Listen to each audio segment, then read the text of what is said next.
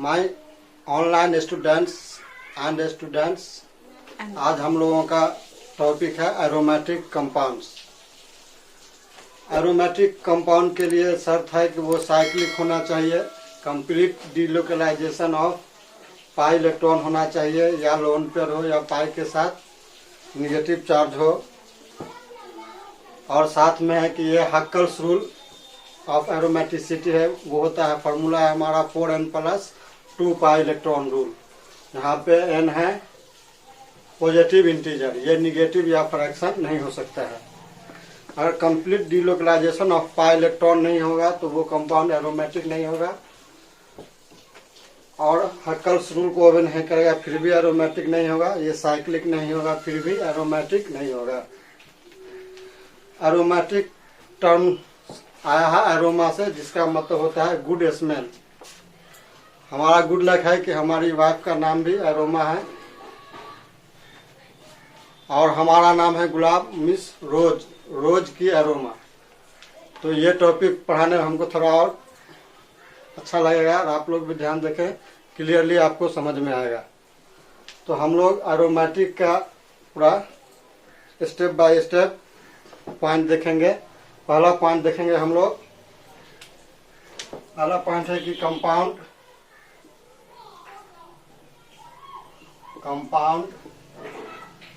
Must be cyclic. Compound must be cyclic,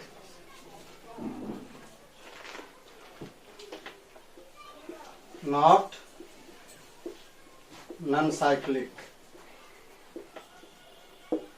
compound क्या होना चाहिए? साइक्लिक होना चाहिए, मीन्स रिंग में होना चाहिए। जैसे मान लेते हैं हम यहाँ पे कुछ कंपाउंड ले लेते हैं,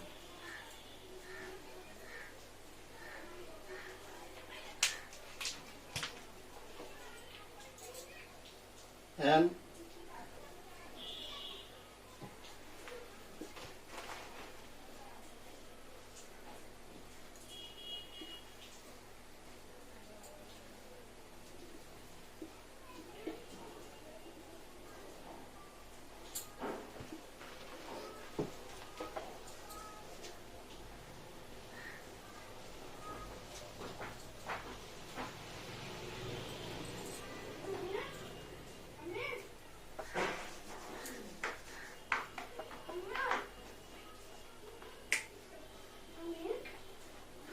यहाँ पे हम लोग ले रहे हैं हेटेरोसाइक्लिक कंपाउंड। पहले हम लोग को पॉइंट आउट करना है साइक्लिक। ये क्या है हमारा? Cyclic compound. इसमें यहाँ पे क्या है? ये सब हेटेरोसाइक्लिक कंपाउंड है। क्या है ये? हेटेरोसाइक्लिक कंपाउंड है। हेटेरो का मीन्स होता है other than carbon. Organic compound में अगर कार्बन के अलावा कोई दूसरा आइटम हो, जैसे ऑक्सीजन हो, नाइट्रोजन हो, सल्फर हो, फास्फोरस हो, सिलीनियम ईटीसी, तो उसको हेटेरो बोलते हैं। और रिंग में हो तो उसको हेटेरोसाइक्लिक बोलते हैं। जैसे यहाँ पे नाइट्रोजन है, यहाँ पे नाइट्रोजन है, यहाँ पे सल्फर है। उसी तरह हम और भी रिंग कंपाउंड ले सकते हैं, जैसे इसको हम सभी देखते हैं और बराबर देखते हैं, ये बेंजीन है। उसी तरह हम लोग यहाँ पे नैप्थेलिन ले सकते हैं, इसका हम लोग घर में भी इस्तेमाल करते हैं। व्हाइट कैप्सूल टाइप होता है ये नैप्थेलिन। पायरिडीन है, पायरोल है, थायोफिन है, बेंजीन है और ये नैप्थेलिन है। तो पहला पॉइंट क्या है कि कंपाउंड मस्ट बी साइक्लिक। ये सब क्या है? साइक्लिक है। दूसरा पॉइंट में क्या कहता है इसमें कि complete delocalisation of pi electron, means resonance हम लोग बोल सकते हैं। दूसरा पॉइंट क्या है यहाँ पे? कंप्लीट डिलोकलाइजेशन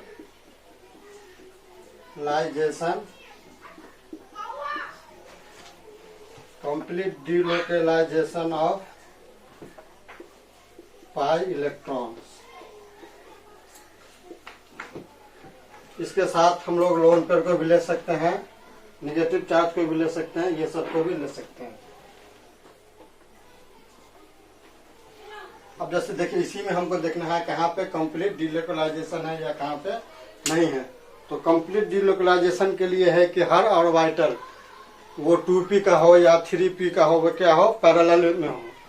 अगर वो परपेंडिकुलर होगा मीन्स 90 डिग्री पे होगा एक दूसरे के, तो वो क्या होगा, डीलोकलाइजेशन का पार्ट नहीं होगा। और उसके लोन पेयर को हम लोग क्या करेंगे, पाई इलेक्ट्रॉन में काउंट नहीं करेंगे, क्योंकि वो पाई इलेक्ट्रॉन का सिस्टम नहीं होगा। वो कैसे पता चलेगा, वो अभी हम लोग उसको देख लेते हैं।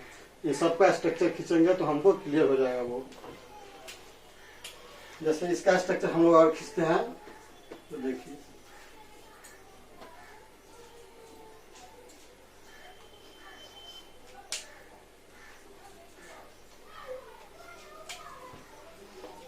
यहाँ पे इसका 2p ऑर्बिटल होगा, फिर इसका भी 2p ऑर्बिटल होगा, इस कार्बन का भी 2p ऑर्बिटल होगा, इस कार्बन का भी 2p ऑर्बिटल होगा और इस कार्बन का भी 2p ऑर्बिटल होगा।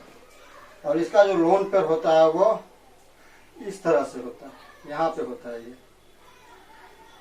तो ये सब क्या होगा, यहाँ पे ये एक दूसरे के पैरेलल में, ये सब क्या है, ये इसके ये सब क्या है, आपस में ये सब पैरेलल है। क्या ये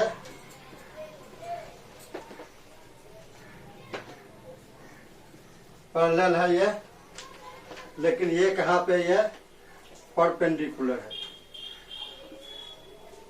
परपेंडिकुलर दैट इज कितना पे है, ये 90 डिग्री पे। इसीलिए ये नॉट पार्ट ऑफ डीलोकलाइजेशन, ये डीलोकलाइजेशन का पार्ट नहीं होगा। Hence not count in pi system. इसीलिए इसको हम लोग पाई सिस्टम में काउंट नहीं करेंगे, क्योंकि ये परपेंडिकुलर है। तो इसका पाई इलेक्ट्रॉन कितना हो जाएगा, यहाँ पे 2 4 और 2 6 हो जाएगा। अगर हम इसका स्ट्रक्चर खींच करके देखते हैं तो इसका स्ट्रक्चर हम क्या करेंगे,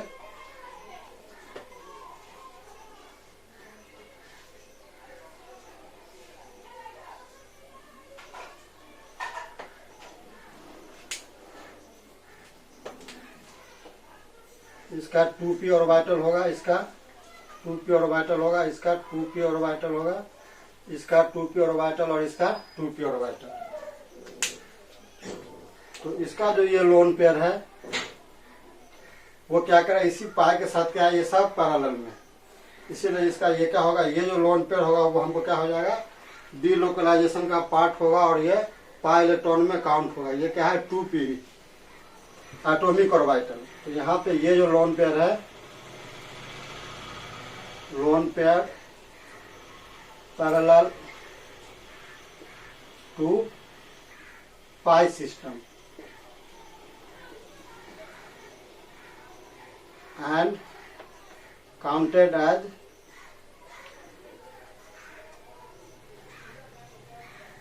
पाई इलेक्ट्रॉन।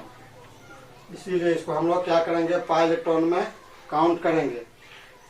और ये सब हमारा क्या है, 2p है यहाँ पे, क्योंकि यहाँ पे नाइट्रोजन का कॉन्फ़िगरेशन खींचेंगे तो हम लोग क्या होगा, 7 का 1s2 2s2 2p3। कार्बन का करेंगे तो 1s2 2s2 2p2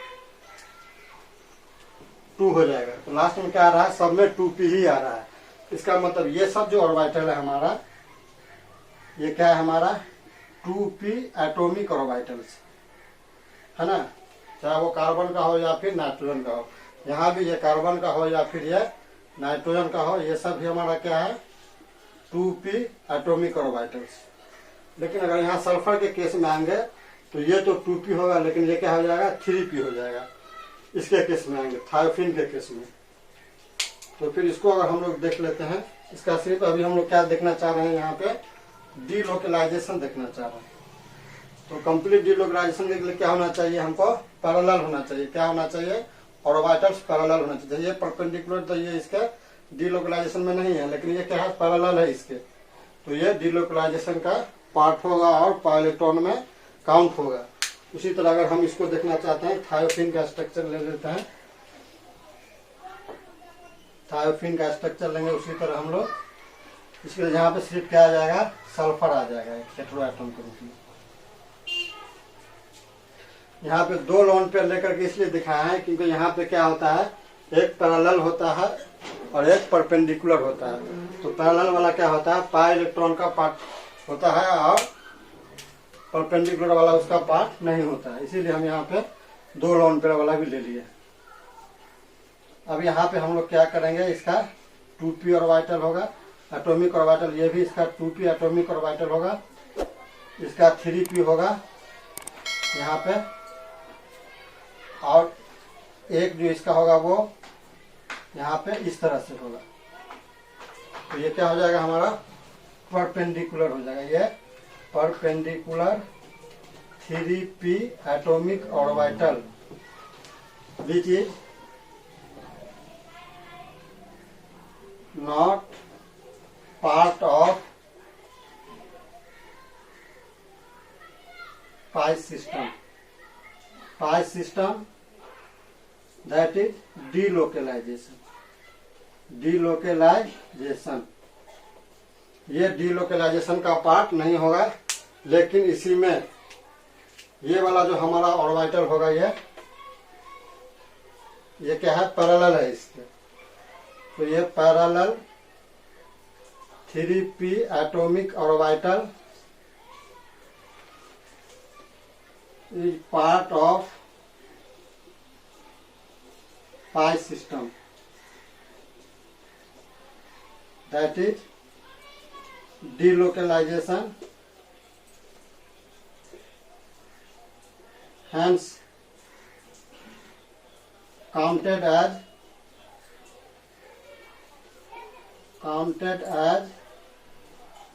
pi electron. इसी तरह हम लोग क्या कर सकते हैं, बेंजीन का भी खींच सकते हैं, तो वहां पे हमको लोन पेयर का प्रॉब्लम नहीं होगा, सब यहाँ पे क्या होगा, हमको पैरेलल ही होगा। तो इसको आप लोग भी कर सकते हैं, अगर नहीं हो डायग्राम बने तो कमेंट करेंगे, हम उसको नेक्स्ट वीडियो में क्लियर कर देंगे। तो एरोमेटिक का हमको 2 पॉइंट हुआ कि ये साइक्लिक होना चाहिए और डीलोकलाइजेशन ऑफ पाई इलेक्ट्रॉन होना चाहिए।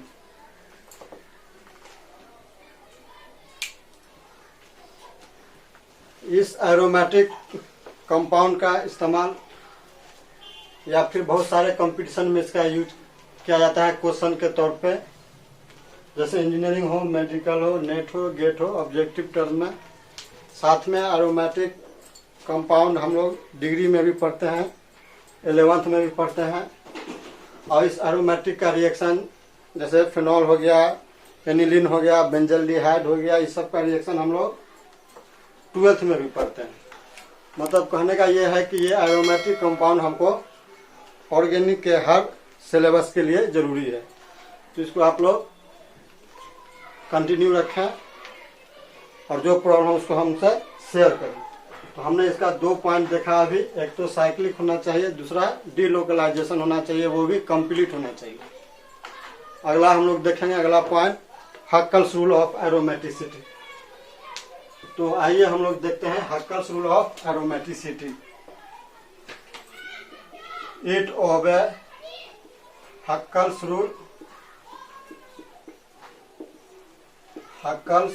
Rule of aromaticity.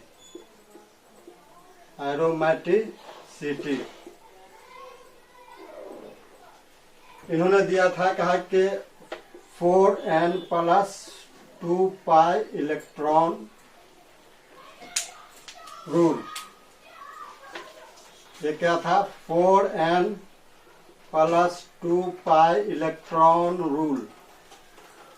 ध्यान रखेंगे हम लोग, यहाँ पे क्या है, ये पाई इलेक्ट्रॉन है। क्या है ये, पाई बॉन्ड नहीं है, पाई इलेक्ट्रॉन है। एक पाई बॉन्ड में क्या होता है, 2 पाई इलेक्ट्रॉन होता है। और हम लोगों ने इससे पहले देखा कि जो पैरेलल होगा पी ऑर्बिटल के, चाहे वो लोन पेयर का केस हो या निगेटिव चार्ज का केस होगा, वो सबको हम लोग क्या करेंगे, 2 पाई में काउंट करते हैं। एक लोन पेयर हो या फिर एक निगेटिव चार्ज हो, लेकिन वो क्या हो, कंप्लीट कंजुगेशन में हो अगर, तो उसको हम लोग 2 पाई इलेक्ट्रॉन के रूप में काउंट करते हैं। लेकिन अगर पॉजिटिव चार्ज पाई बॉन्ड पे अगर हो, तो जितना पॉजिटिव चार्ज रहेगा उतना पाई इलेक्ट्रॉन को हम लोग वहां से घटा देते हैं, एलिमिनेट कर देते हैं। अगर सिग्मा पे अगर मीन्स सिंगल बॉन्ड पे पॉजिटिव चार्ज है तो वहां से सिग्मा इलेक्ट्रॉन हम लोग घटाएंगे, पाई इलेक्ट्रॉन नहीं घटाएंगे। इसको हम लोग ध्यान में रखेंगे और इसको हम लोग सोल्व करेंगे। तो हक्कल साहब ने क्या दिया था, it obey Huckel's rule of aromaticity, वो क्या है हमारा 4n+2 पाई इलेक्ट्रॉन रूल, जहां पे n क्या है हमारा positive integer, where n equal to positive integer, means ये 1 2 3 etc हो सकता है, but never negative and fraction. ये निगेटिव और फ्रैक्शन नहीं हो सकता है। यहाँ पे आपको 0 भी आ सकता है, ये 0 1 2 3 etc आ सकता है यहाँ पे। जैसे मान लीजिए हम कोई कंपाउंड ले लेते हैं यहाँ पे, एग्जाम्पल सबसे आसान कंपाउंड है हमारा बेंजीन। ये हमारा क्या है, बेंजीन है। ये क्या है हमारा अभी साइक्लिक है, क्या है ये साइक्लिक है, कंप्लीट डिलोकेलाइजेशन है, कंप्लीट डिलोकेलाइजेशन।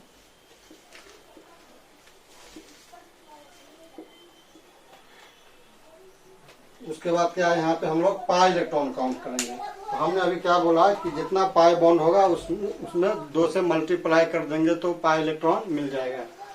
तो यहाँ पे कितना पाई बॉन्ड है, 1 पाई बॉन्ड, 2 पाई बॉन्ड और 3 पाई बॉन्ड, मीन्स यहाँ पे क्या होगा 2 पाई इलेक्ट्रॉन। फिर यहाँ भी क्या होगा 2 पाई इलेक्ट्रॉन, यहाँ भी क्या होगा 2 पाई इलेक्ट्रॉन, मीन्स क्या हो गया टोटल पाई बॉन्ड कितना हो गया 2 4 और 2 6। तो यहाँ पे हम लोग क्या देखेंगे हक्कल्स रूल है ना, हक्कल्स रूल ऑफ एरोमेटिसिटी हमारा क्या है 4n+2 पाई इलेक्ट्रॉन। ये बराबर हमारा क्या होगा 2 4 और 2 6 6 pi electron.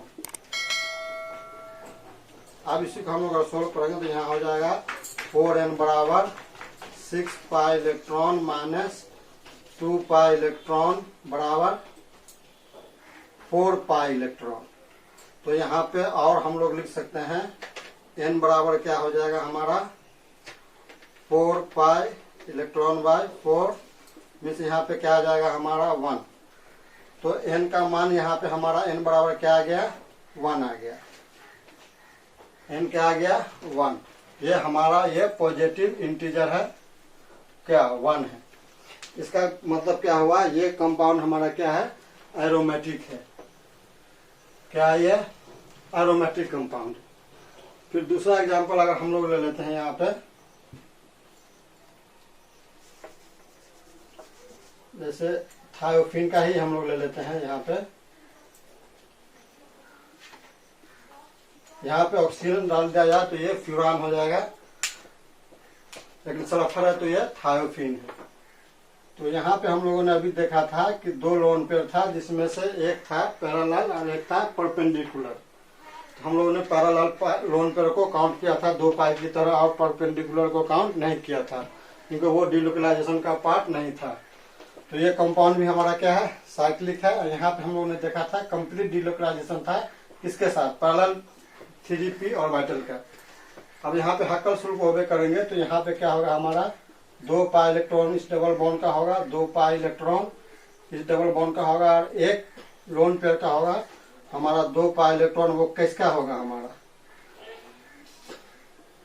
3p atomic orbital, जो हमारा क्या होगा पैरेलल होगा, उसी का लोन पेयर हमको क्या होगा इसका 3p एटॉमिक ऑर्बिटल का पैरेलल ऑर्बिटल जो होगा वही हमारा डिलोकेलाइजेशन का पार्ट होगा, उसी का ये 2 पाई इलेक्ट्रॉन होगा इसी लोन पेयर का। तो मान लेते हैं वो पैरेलल वाला लोन पेयर हमारा ये है। तो टोटल पाई कितना हो गया 2 4 और 2 6 हो गया। तो यहाँ भी हम क्या करेंगे इसी रूल से पुट करेंगे तो यहाँ भी n का मान क्या आ जाएगा 1 आ जाएगा। इसका मतलब ये भी क्या है हमारा एरोमेटिक है। उसी तरह और देख सकते हैं, जैसे मान लीजिए नैप्थेलिन ही ले लेते हैं।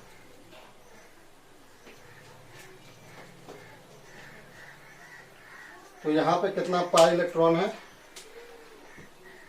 2 4 6 8 और 2 10।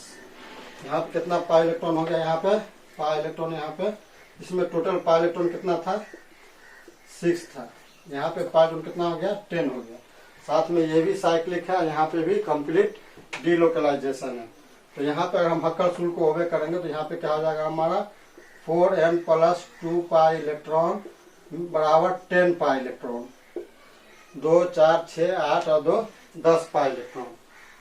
तो इसको अगर हम लोग सोल्व करें तो यहाँ पे क्या हो जाएगा, 4n बराबर 10 pi electron minus 2 pi electron equal to 8 pi electron. तो यहाँ पे n बराबर हमारा क्या आ जाएगा, 8 pi electron by 4 equal to 2। ये 2 आ गया। तो ये 2 हमारा क्या आ गया, यहाँ पे इस पॉजिटिव इंटीजर में आ गया। ये इसका मतलब क्या है कि ये यहाँ पे हमारा n बराबर क्या आ गया, 2। इसका मतलब क्या है, ये भी हमारा एक एरोमेटिक कंपाउंड है। और जैसे देख ले हम लोग,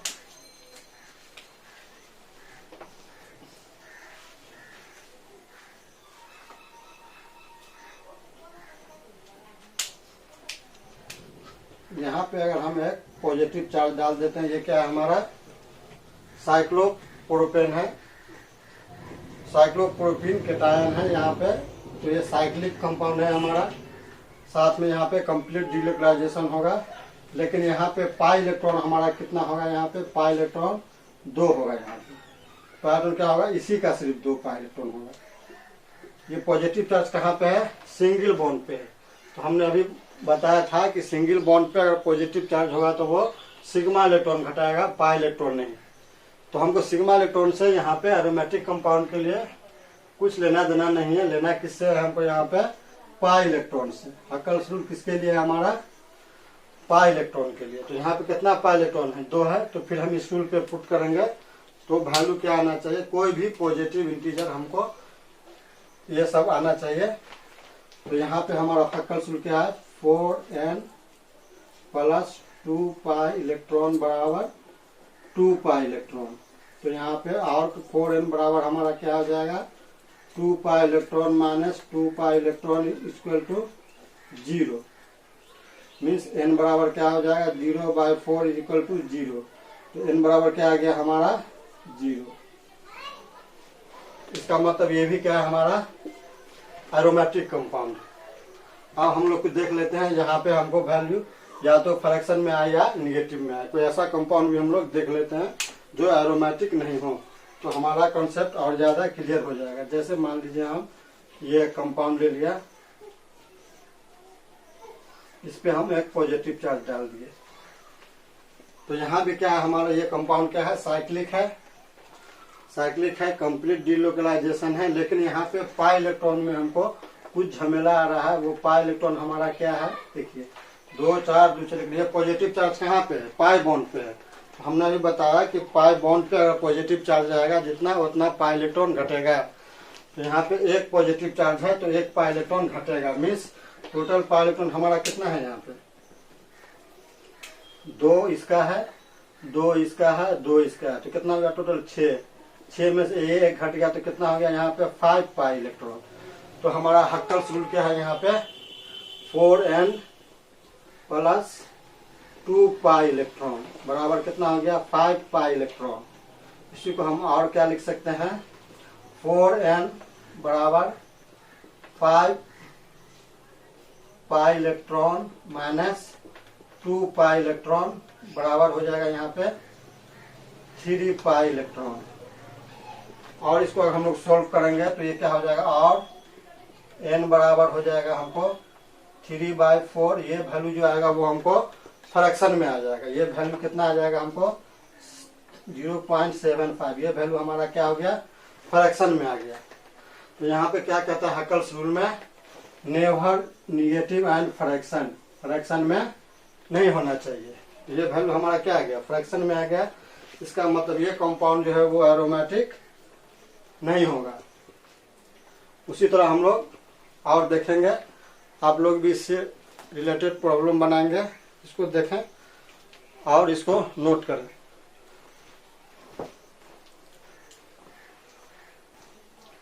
आप लोग एरोमेटिक से रिलेटेड किसी भी बुक से, किसी भी कंपटीशन का या डिग्री का या 11-12 का प्रॉब्लम बनाए, इसी कंसेप्ट पे हम समझते हैं बन जाना चाहिए। नहीं बनेगा तो उसको आप लोग हमारे साथ शेयर करें और आप लोग कंटिन्यू रहें। इसके आगे हम लोग क्या पढ़ेंगे, एंटी एरोमेटिक पढ़ेंगे, नॉन एरोमेटिक पढ़ेंगे, क्वासी एरोमेटिक पढ़ेंगे और इसकी स्टेबिलिटी, इसकी रिएक्टिविटी। क्योंकि हम लोग जब इलेक्ट्रोफिलिक सब्स्टिट्यूशन रिएक्शन पढ़ते हैं एरोमेटिक कंपाउंड के केस में, जैसे फिनॉल, बेंजल्डिहाइड, बेंजीन, जैसे वहां पे आता है nitration, sulphonation, halogenation, Friedel Craft reaction, बहुत सारा रिएक्शन है। तो वहां पे हमको क्या होता है, एरोमेटिक से स्टार्ट करते हैं, फिर बीच में इंटरमीडिएट एंटी एरोमेटिक बनता है, फिर उसके बाद हम उसको एरोमेटिक स्टेबल में कन्वर्ट करते हैं। तो वो हम तभी कर सकते हैं जब हमको पता हो कि कौन एरोमेटिक है, कौन एंटी एरोमेटिक है, कौन स्टेबल है, कौन स्टेबल नहीं है। तो हम इसके आगे पढ़ेंगे नेक्स्ट में। नेक्स्ट क्लास हमारा रहेगा anti aromatic, non aromatic, quasi aromatic, ये सब। आप लोग कंटिन्यू रहें, शेयर करें, सब्सक्राइब करें। थैंक्स।